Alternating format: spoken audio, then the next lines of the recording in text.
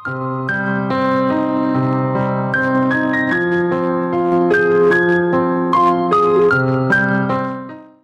ஆளுங்க போகிறாங்களா, அது நீர்வீழ்ச்சிக்கு போகிற ஏரியா. இந்த பக்கம் இந்த ஒரு வழி போகுது, இது எங்கே போகுதுன்னு தெரில, காட்டுக்குள்ளே போகுது. மேபி நைட் டைமில் 11 மணிக்கு 10 மணிக்கெலாம் இந்த வழியாக காட்டு எருமை, மான், காட்டுப்பன்னி அந்த மாதிரி வரலாம். இப்போ நாங்கள் பைக் பார்க்கிங் ஏரியா, அதாவது பார்க்கிங் ஏரியாவுக்கு போகிறோம் வண்டி எடுக்கிறதுக்காக. கைஸ், நாம ஜமுனாமுத்தருக்கு வந்து ஜமுனாமுத்தரில் இருக்கிற பீமன் ஃபால்ஸை சுற்றி பார்த்துட்டு இப்போ ரிட்டர்ன் ஊருக்கு போக போகிறோம். இப்போ ஊருக்கு போகிறதுல ஒரு பிரச்சனை இருக்குது. அதாவது இந்த ஜமுனாமுத்தரில் இருந்து செங்கத்துக்கு போகிறதுக்கு வெறும் 47 கிலோமீட்டர் டிஸ்டன்ஸ் தான் ஆகும். ஆனால் இப்போ அந்த ரூட் எடுத்துகிட்டு நம்ம போகிறோம், அதாவது பரமநந்தல் ரூட் எடுத்துகிட்டு நம்ம செங்கத்துக்கு போகிறோம். இந்த 47 டிஸ்டன்ஸ் கவர் பண்ணி அப்படின்னாக்கா இந்த சாயந்தர நேரத்தில், இப்போ டைம் 5 மணி ஆயிடுச்சு, இந்த சாயந்தர நேரத்தில் காட்டு எருமைகள் வந்துடும். ஸோ அந்த ரூட் எடுத்துகிட்டு நம்ம போகிறதுங்கிறது ரொம்ப ரொம்ப ஆபத்தானது, ரிஸ்கானது. நீங்க ப்ரீவியஸ் எபிசோட்ஸ் எல்லாம் பார்த்துருந்தீங்கன்னாக்கா நாங்க வந்து அந்த ரூட் எவ்வளவு டேமேஜ் ஆகவும் எவ்வளவு டேஞ்சராகவும் இருந்ததுன்னு உங்களுக்கு புரிய வரும். ஸோ காட்டெருமை பிரச்சனைங்கிறதுனால நம்ம வேற ரூட் வழியா எடுத்துட்டு போகலாம் வீட்டுக்கு அப்படின்னு அப்பா சொன்னாரு. ஸோ அதனால நம்ம இப்போ ஜமுனாமுத்தூர்ல இருந்து போலூருக்கும் போலூர்ல இருந்து செங்கத்துக்கும் ட்ரை பண்ண போறோம். இப்போ ஜமுனாமுத்தூர்ல இருந்து போலூருக்கு 43 கிலோமீட்டர் டிஸ்டன்ஸ் இருக்குன்னு இந்த போர்ட்ல காட்டுது. ஆனா actual distance 46. So Jamunamuthur to போலூருக்கு 46 கிலோமீட்டர் டிஸ்டன்ஸை ட்ரை பண்ணி ஆகணும். பிளஸ் போலூர்ல இருந்து செங்கத்துக்கு 47 கிலோமீட்டர் டிஸ்டன்ஸ் ட்ரை பண்ணி ஆகணும். ஸோ ரெண்டுமே கூட்டி கழிச்சு பார்த்தா இப்போ நாம சுத்திட்டு போறதுனால 97 கிலோமீட்டர் ட்ரை பண்ணி ஆகணும். சரி, இப்போ நம்ம கிளம்புறதுக்கு முன்னாடி ஒரு பேக்கரியில ப்ளம் கேக் வாங்கி நானும் அப்பாவும் சாப்பிட்டுட்டு வண்டி எடுத்துக்கிட்டு போலூர் ரூட் வழியா இறங்க ஆரம்பிச்சோம்.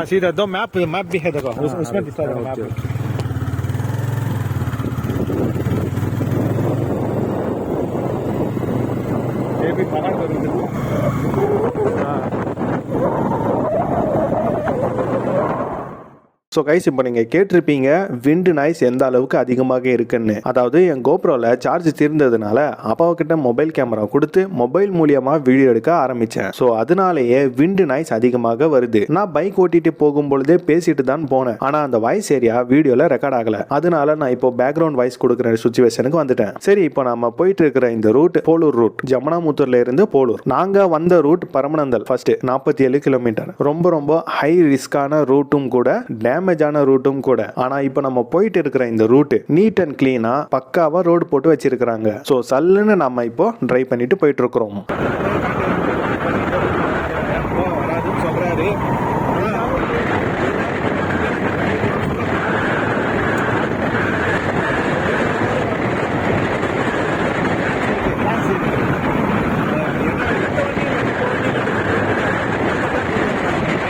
அண்ட் இந்த ஜமுனாமுத்தூர்ல 2004லயோ 2005 சம்திங், எனக்கு சரியா ஞாபகத்துல இல்ல, ஒரு சிறுத்தையை பிடிச்சாங்கன்னு நான் கேள்விப்பட்டேன். இப்போ நாம போயிட்டு இருக்கிற இந்த ரூட்லயும் மேபி சிறுத்தை வரலாம், காட்டெருமை வரலாம், எப்பயாச்சும் யானைகள் வரும். யானைகள் வரதுக்கும் சான்சஸ் இருக்கு அதிகமாக. ஸோ இந்த ரூட்டும் கொஞ்சம் டேஞ்சரான ரூட் தான். இருந்தாலும் அந்த பரமநந்தல் ரூட்டை கம்பேர் பண்ணா இந்த போலூர் ரூட் ரொம்ப சேஃபானது.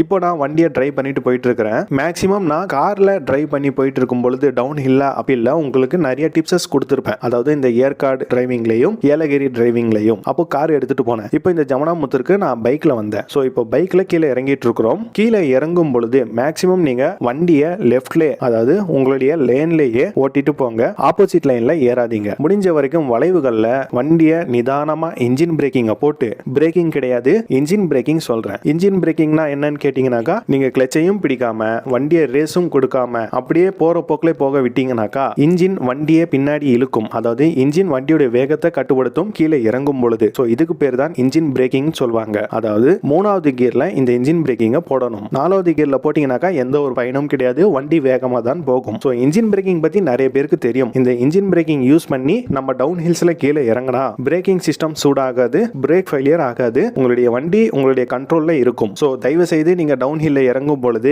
இன்ஜினை ஆஃப் பண்ணிக்கிட்டு இறங்குறது, வேகமா போறதுக்காக கிளச்சை பிடிச்சிக்கிட்டே இறங்குறது அப்படி கூடாது. கிளச்சை பிடிச்சீங்கன்னாக்கா இன்ஜின் கியர் பாக்ஸை விட்டு பிரிஞ்சிடும். அதாவது இன்ஜின் கியர் பாக்ஸ் விட்டு பிரிஞ்சதுனால நீங்க கிளச் பிடிக்கும் போது இந்த டவுன் ஹில்ல கிராவிட்டி ஃபோர்ஸ் இழுக்கிறதுனால வண்டி சல்லுன்னு மூவ் ஆகும். அப்போ நீங்க பிரேக்கிங் பண்ணா பிரேக்கிங் சிஸ்டம் ரொம்ப ரொம்ப சூடாகும். ஸோ பிரேக்கிங் சிஸ்டம் ஒரு கட்டத்துல ரொம்ப சூடாயிடுச்சு அப்படின்னா நீங்க என்னதான் பிரேக் போட்டாலும் வண்டி நிக்காது, அன்கண்ட்ரோல் ஆயிடும், வண்டி வேகமா போய் எங்கேயாச்சும் முட்டிடும். ஸோ அதனால தயவு செய்து பொழுது கீழே இறங்கும் பொழுது இன்ஜின் ஆஃப் பண்ணாதீங்க, வண்டியை நியூட்ரல்ல போடாதீங்க, கிளச்சை பிடிக்காதீங்க. கிளச்சை பிடிக்கிறீங்க அப்படின்னாக்கா ரொம்ப ஷார்ப்பான ட்ரன்ல இன்ஜின் பிரேக்கிங் போட்டு இன்ஜின் ஆஃப் ஆகிற சுச்சுவேஷன் வரப்போகுது அப்படின்னாக்கா கிளச்சை பிடிச்சி கியரை டவுன் ஷிஃப்ட் பண்ணி நீங்க பொறுமையா ஷார்ப் டர்ன்ல யூஸ் பண்ணிக்கலாம். மற்றபடி நீங்க நார்மலா கீழே இறங்கிட்டு இருக்கும்போது கிளச்சை பிடிக்க தேவையே இல்லை. கிளச்சை பிடிக்காம நீங்க இன்ஜின் பிரேக்கிங் யூஸ் பண்ணி வண்டியை ஓட்டுனா வண்டியும் சேஃபா கீழே இறங்கும், ஸ்பீடும் உங்க கண்ட்ரோல்லயே இருக்கும். எந்த இடத்துல பிரேக் தேவைப்படுதோ அந்த இடத்துல மட்டும் லைட்டா பிரேக் அப்ளை பண்ணுங்க வித் இன்ஜின் பிரேக்கிங் உதவியோட. இன்ஜின் பிரேக்கிங் பத்தி சரியா இன்னும் எனக்கு தெரியல, அதை பத்தி என்னால புரிஞ்சிக்க முடியல அப்படின்னாக்கா இதை பத்தி நிறைய யூடியூப்ல வீடியோஸ் இருக்கு. அண்ட் சீக்கிரமா நான் கார்லயும் பைக்லயும் எப்படி இன்ஜின் பிரேக்கிங்கை யூஸ் பண்றது டவுன் ஹில்ல கீழே இறங்கும் பொழுது அப்படின்னு சீக்கிரமா 2 தனித்தனி வீடியோஸா நான் உங்களுக்கு போஸ்ட் பண்றேன். அதை பார்த்து நீங்க தெரிஞ்சுக்கலாம் இன்ஜின் பிரேக்கிங் எப்படி பயன்படுத்தணும் அப்படிங்கிறது. நான் இப்போ கீழே இறங்கிட்டு இருக்கிறேன், நீங்க வீடியோல பார்க்கலாம். நான் என்னுடைய லேன்லயே வண்டியை ஓட்டிட்டு போயிட்டு இருக்கிறேன். இந்த ட்ரெண்டிங் வரும்போதெல்லாம் நான் ஹாரன் அடிக்கிறேன். இந்த வீடியோல உங்களுக்கு நான் ஹாரன் அடிக்கிற சத்தம் கேட்காது, ஏன்னா ரியல் ஆடியோ நான் கட் பண்ணிட்டேன். ஒரே விண்ட் நாய்ஸ், காத்து அடிக்கிற சத்தம் தான் அதிகமா வீடியோல பதிவாகி இருக்கு. நாங்க பேசிட்டு போன சத்தம் இந்த வீடியோல பதிவாகல. அதனால தான் நான் இப்போ பேக்ரவுண்ட் வாய்ஸ் ஓவர் கொடுத்துட்டு இருக்கேன் இந்த வீடியோக்கு. ஸோ ட்ரெண்டிங்ஸ்ல நீங்க ஹாரன் அடிங்க, இன்ஜின் பிரேக்கிங் யூஸ் பண்ணுங்க, முடிஞ்ச வரைக்கும் லெஃப்ட்லயே ஒட்டி போங்க. ஷார்ப் டர்ன்ஸ் வரும்பொழுது வண்டியை பிரேக் பண்ணி இன்ஜின் பிரேக்கிங் உதவியோட வண்டியை ஸ்லோ பண்ணி ஷார்ப் டர்ன்ஸ்ல திருப்புங்க. ஹாரன் பண்ணிக்கிட்டே எக்காரணத்து கொண்டும் ஆப்போசிட் லைன்ல ஏறக்கூடாது. அண்ட் இப்போ நம்ம போயிட்டு இருக்கிற இந்த ரூட் பாத்தீங்கன்னாக்கா பச்சை பசைல்னு ரொம்ப அழகா இருக்கு. லெஃப்ட் சைட்லயும் ரைட் சைட்லயும் சுத்தி காடு தான் இருக்கு. இந்த காட்டுக்குள்ள நிறைய காட்டு விலங்குகள் இருக்கு. பட் இருந்தாலும் நாம இப்போ வீட்டுக்கு போறதுக்கு இதுதான் கொஞ்சம் சேஃபான ரூட்டும் பாத்தீங்கன்னாக்கா ரொம்ப நல்லாவே இருக்கு. எந்த இடத்துலயும் டேமேஜஸ் இல்ல. அண்ட் இந்த ரூட் வழியாக தான் பஸ்ஸஸ் மேல ஏறி இறங்கும். ஸோ ட்ரன்னிங்ஸ்ல பஸ் ஹாரன் அடிச்சுட்டு ஏறணும். ஒரு சில ட்ரன்னிங்ல நான் இப்போ வண்டி போட்டிட்டு போயிட்டு இருக்கேன் கைஸ், ஒரு சில ட்ரன்னிங்ல இந்த பிரைவேட் பஸ்ஸாக இருந்தாலும் சரி ஹாரன் அடிக்காம சர்ன்னு ஷார்ப் டர்ன்ல மேல ஏறி திருப்பினாங்க. ஒரே ஒரு கவர்மெண்ட் பஸ் மட்டும் தான் நல்லா ஹாரன் அடிச்சு எனக்கு வார்னிங் கொடுத்தாங்க பிளைண்ட் ஸ்பாட்ஸ்ல. ஸோ இந்த மாதிரியும் சில பேர் இருக்கிறாங்க ட்ரன்னிங்ஸ்ல ஹாரன் அடிக்காம சல்லுன்னு திருப்புறது வண்டியை. அதெல்லாம் பார்த்து கவனிச்சு உஷாரா நம்ம தான் வண்டி ஓட்டிட்டு போகணும். எந்த சுச்சுவேஷன்லயும் வண்டி ஓட்டும் போது டிஸ்ட்ராக்ட் ஆகக்கூடாது. உங்களுடைய 2 கண்களும் ஆந்தி ரோட்ல தான் இருக்கணும். உங்க 2 காதுகளும் எந்தெந்த வண்டி ஹாரன் அடிக்குது, அந்த ஹாரன் சத்தம் வச்சா அது பஸ் அடிக்கிற ஹாரனா, லாரி அடிக்கிற ஹாரனா, கார் அடிக்கிற ஹாரனா, பைக் அடிக்கிற ஹாரனா, இல்ல வேன் அடிக்கிற ஹாரனான்னு நீங்க புரிஞ்சுக்கணும். இந்த வளைவுகள்ல பிளைண்ட் ஸ்பாட்ல இருக்கும் பொழுது என்னதான் நம்ம வண்டியை ஓட்டும் பொழுது கூட வரவங்க கிட்ட பேசிட்டு ஓட்டுனாலும் சரி உங்களுடைய கவனம் சிதறக்கூடாது. இப்போ டைம் பாத்தீங்கன்னா கிட்டத்தட்ட 5:25 இருந்து 5:30 ஆக போகுது. ஸோ இருட்டுறதுக்குள்ள நம்ம இந்த மலையை விட்டு கீழே இறங்கிடலாம் அப்படின்னு தான் நான் வண்டியை ஓட்டிட்டு இருக்கிறேன் சல்லுன்னு. அதுவும் தேர்ட் கியர்ல. இந்த வளைவுகள்ல செகண்ட் கியர் போட்டுப்பேன். இந்த ஷார்ப் ட்ரன் சாதா ட்ரன்னில ஷார்ப் ரொம்ப ரொம்ப குறுகலான வளைவுல நான் செகண்ட் கியரை போட்டு இன்ஜின் பிரேக்கிங் யூஸ் பண்ணி வண்டியோட ஸ்பீடை கண்ட்ரோல் பண்ணி திருப்புவேன். நான் 4th கியர் இந்த மலையில யூஸ் பண்ணவே மாட்டேன். அதாவது எப்போ நீங்க டாப் கியரை யூஸ் பண்ண ஆரம்பிக்கிறீங்களோ ஹில்ஸ்ல அப்போவே உங்களுடைய வண்டி உங்களுடைய கட்டுப்பாட்டை இழக்க ஆரம்பிக்கும் கொஞ்சம் கொஞ்சமாக. ஸோ வண்டி வேகம் எடுக்க ஆரம்பிக்கும். ஸோ நீங்க கார் ஓட்டுனா தேர்ட் கியர் போட்டுட்டு ஓட்டுங்க டவுன் ஹில்ல. அண்ட் பைக் ஓட்டினாலும் சரி தேர்ட் கியர் மட்டும் யூஸ் பண்ணி கீழே இறங்குங்க. நம்மளுடைய டிரைவிங் முறையில தான் இருக்கு விபத்து ஏற்படுறதும் விபத்து ஏற்படாம போறதும். அது மற்றவங்க மூலியமாக விபத்து ஏற்படுறதுங்கிறது வேற. நம்ம மூலியமாக மற்றவங்களுக்கு எந்த ஒரு காயமும் ஏற்படக்கூடாது, நம்மளுக்கும் ஏற்படக்கூடாது, மற்றவங்களுக்கும் அந்த காயம் ஏற்படக்கூடாது. ஸோ அப்போ நம்ம கவனமா பொறுப்பா சேஃபா பொறுமையா நிதானமா வண்டியை ஓட்டிட்டு போகணும்.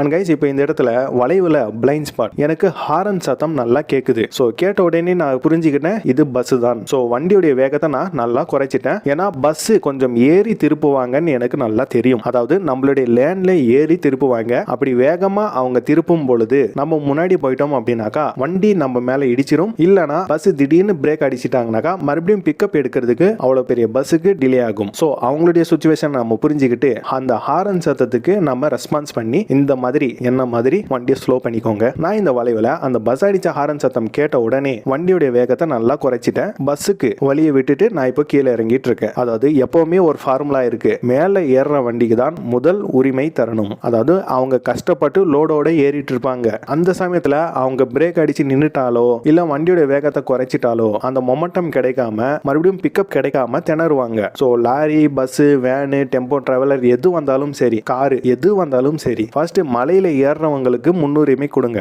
அண்ட் நிறைய வண்டிங்க ஹாரன் அடிக்காமல் ட்ரன்னிங்ல திருப்புறாங்க. அது செய்யாதீங்க அந்த மாதிரி. ஏன்னா ட்ரன்னிங்ல பிளைண்ட் ஸ்பாட்டு ஆப்போசிட்ல என்ன வண்டி வந்துட்டு இருக்குதுன்னு நம்ம ட்ரன்னிங் திரும்புற வரைக்கும் நம்மளுடைய கண்களுக்கு தெரியாது. ஸோ ஃபர்ஸ்ட் ஹாரன் அடிங்க. ஹாரன் அடிச்சாதான் ஆப்போசிட்ல ஓட்டிட்டு வர டிரைவருக்கு நீங்க அடிச்ச ஹாரன் கேட்கும். அப்போ அவங்க வண்டியோடைய வேகத்தை குறைப்பாங்க. அவங்களும் பதிலுக்கு ரெஸ்பான்ஸ் கொடுப்பாங்க. சில பேர் கொடுக்கறது இல்ல, அது வேற விஷயம். நம்மளுடைய கடமை நம்ம சேஃபா ஓட்டுறது. அதனால ட்ரன்னிங்ஸ்ல நீங்க ஹாரன் அடிங்க. முடிஞ்ச வரைக்கும் மற்ற வண்டிகளுடைய மூவ்மெண்ட்ஸை ஜட்ஜ் பண்ணுங்க.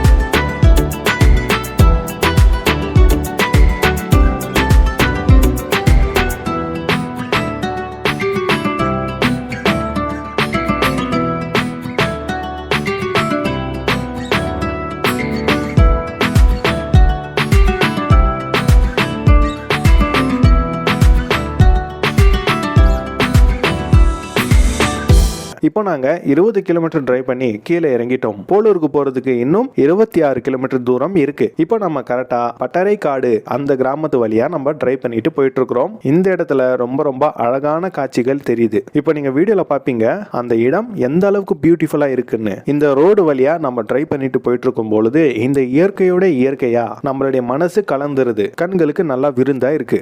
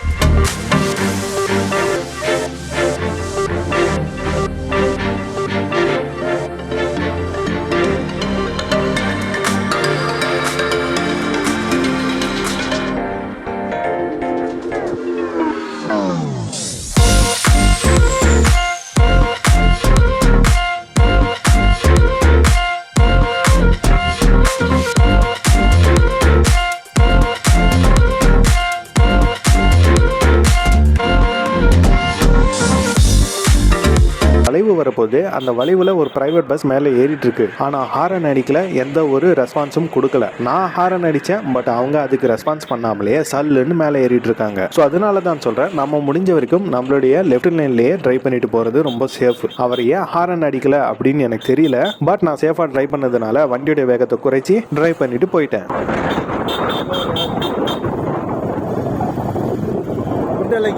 கொண்டை ஊசி வளைவு வண்டி நிறுத்துறோம். இப்போ இந்த இடத்துல ஒரு சின்ன பிரேக் எடுக்க போகிறோம். இப்போ நம்ம 25.9 கிலோமீட்டர் டிஸ்டன்ஸை கவர் பண்ணிட்டோம். அதாவது கிட்டத்தட்ட 26 கிலோமீட்டர் டிரைவ் பண்ணி கீழே இறங்கிட்டோம். இப்போ இந்த ரோடு பாருங்களேன் எவ்வளோ அழகாக போட்டு வச்சிருக்கிறாங்க. அண்ட் அது போக இந்த ரோடு பார்க்க கொஞ்சம் ஸ்ட்ரைட்டாக இருந்தாலும் இது டவுன் ஹில். ஸோ வண்டி சல்லுன்னு போகும். அதனால நீங்கள் இந்த மாதிரி வண்டியை பார்க் பண்ணும் பொழுது தயவு செய்து கியரில் போட்டு பார்க் பண்ணுங்க. காரில் ஹேண்ட் பிரேக் இருக்கு. ஹேண்ட் பிரேக் போட்டாலும் கார்களில் டவுன் ஹில்ல பார்க் பண்ணும் பொழுது ரிவர்ஸ் கியரை போட்டு பார்க் பண்ணுறது நல்லது. டவுன் ஹில்ல சொல்கிறேன். அப் ஹில்ல ஃபர்ஸ்ட் கியரை போட்டு ஹேண்ட் பிரேக் போட்டு வச்சு பார்க் பண்றது ரொம்ப நல்லது. ஆனா பைக்ல ஹேண்ட் பிரேக் கிடையாது. சோ நீங்க வண்டியை பார்க் பண்ணும்போது ஸ்டாண்ட போட்டா மட்டும் பத்தாது. ஃபர்ஸ்ட் கியரை போட்டு இல்ல செகண்ட் கியரை போட்டு பார்க் பண்ணி வைங்க போதும். அதுக்கு மேல தேர்ட் கியர் ஃபோர்த் கியர் போட்டு பார்க் பண்ணாதீங்க. ஓகே கைஸ், இப்போ நம்ம வண்டி எடுத்துக்கிட்டு கிளம்பியாச்சு. இப்போ டைம் பார்த்தோம்னாக்கா 5:47 ஆகுது. நான் இருட்டுறதுக்குள்ள இந்த மலையை விட்டு கீழே இறங்கி ஆகணும்னு ஓட்டிட்டு இருக்கேன். இப்போ ஓட்டிட்டு போயிட்டு இருக்கும் பொழுது ஒரு சின்ன காமெடி அந்த இடத்துல நடந்தது. உங்களுக்கு இது காமெடியா இருக்குமா அப்படின்னு எனக்கு தெரியல, பட் இருந்தாலும் சொல்றேன். நான் ஓட்டிட்டு போயிட்டு இருக்கும் பொழுது கூலிங் கிளாஸ் போட்டுட்டு ஓட்டிட்டு இருந்தேன். கருப்பு கலர் கூலிங் கிளாஸ். எனக்கு ரொம்ப ரொம்ப டார்க்கா இருந்தது. அதாவது இருட்டின மாதிரி இருந்தது. நான் கூலிங் கிளாஸ் போட்டுட்டு இருக்கிறதே மறந்துட்டேன். இப்போ வீடியோல பார்க்கும் பொழுது ஓரளவுக்கு வெளிச்சம் தெரியுதுங்களா? ஆனா அந்த இடத்துல எனக்கு அந்த வெளிச்சம் தெரியல. இந்த வீடியோ கேமரா அங்க இருக்கிற வெளிச்சத்தை அப்சர்வ் பண்ணி ஐயோசோ அந்த செட்டிங் மூலியமா உங்களுக்கு நல்லா பிரைட்டா காமிக்குது. ஆனா உண்மையா அந்த இடத்துல கொஞ்சம் இருட்டு. இதுல நான் கூலிங் கிளாஸ் போட்டுட்டு ஓட்டுறதுனால இன்னும் எனக்கு இருட்டா தெரிஞ்சது. பின்னாடி உட்காந்துட்டு இருந்த எங்க அப்பா கிட்ட நான் கேட்டேன், அப்பா 5:47 தான் ஆகுது, அதாவது கிட்டத்தட்ட 6 மணி தான் ஆக போகுது, அதுக்குள்ளேயே அம்மா இருட்டுருச்சு பருவா, ஒரே இருட்டா இருக்குல்ல அப்படின்னு சொன்னேன். ஸோ வீடியோலையும் நீங்க பார்க்கலாம் நான் கூலிங் கிளாஸ் போட்டுக்கிட்டு ஓட்டிட்டு இருக்கிறது. அந்த ஹெட்லைட்டோடைய வெளிச்சம் ரோட்ல படுது பாருங்க. அந்த இடம் இருட்டு தான். வீடியோ கேமரா மூலியமாக அந்த இடம் உங்களுக்கு பிரைட்டா தெரியுது. வீடியோல பார்க்கிறதுக்கு ஒரு மாதிரியும் நேர்ல பார்த்தா இன்னும் வேற ஒரு மாதிரியும் தெரியுது. ஸோ வீடியோ கேமராவை யூஸ் பண்ற நிறைய யூடியூபர்ஸ்க்கும் நிறைய எடிட்டர்ஸ்க்கும் தெரியும் இருட்டா இருந்தாலும் வீடியோ கேமரா கொஞ்சம் பிரைட்னஸ் அதிகப்படுத்தி கொடுக்கும்னு. அதுக்கப்புறம் அப்பா சொன்னாரு, டேய் நீ கூலிங் கிளாஸ் போட்டுட்டு ஓட்டிட்டு இருக்கடா, அதனாலதான் இந்த அளவுக்கு இருட்டா தெரியுது உனக்கு அப்படின்னு. கூலிங் கிளாஸா அப்படின்னு சொல்லி தொட்டு பார்த்தா, ஆமா கூலிங் கிளாஸ் போட்டிருக்கேன், நான் கூலிங் கிளாஸ் போட்டதே மறந்துட்டேன்பா அப்படின்னு சொன்னேன். அந்த இடத்துல ஓரளவுக்கு ஃபன்னா இருந்துச்சு. பட் இருந்தாலும் நான் கூலிங் கிளாஸை கைட்டாம தான் ஓட்டிட்டு இருந்தேன். ரொம்ப ரொம்ப இருட்டுச்சு அப்படின்னாக்கா கூலிங் கிளாஸ் கையிடலாம் அப்படின்னு முடிவெடுத்து ஓட்டிட்டு இருந்தேன்.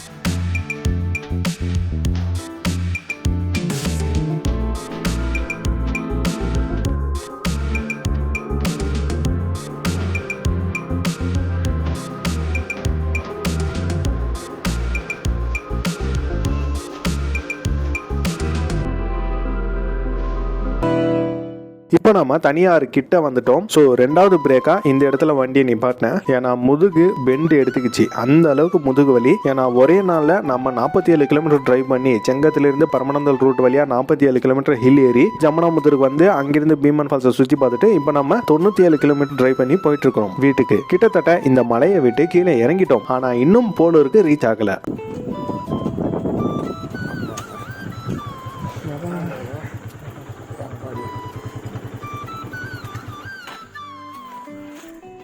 நிறுத்திடலாமா?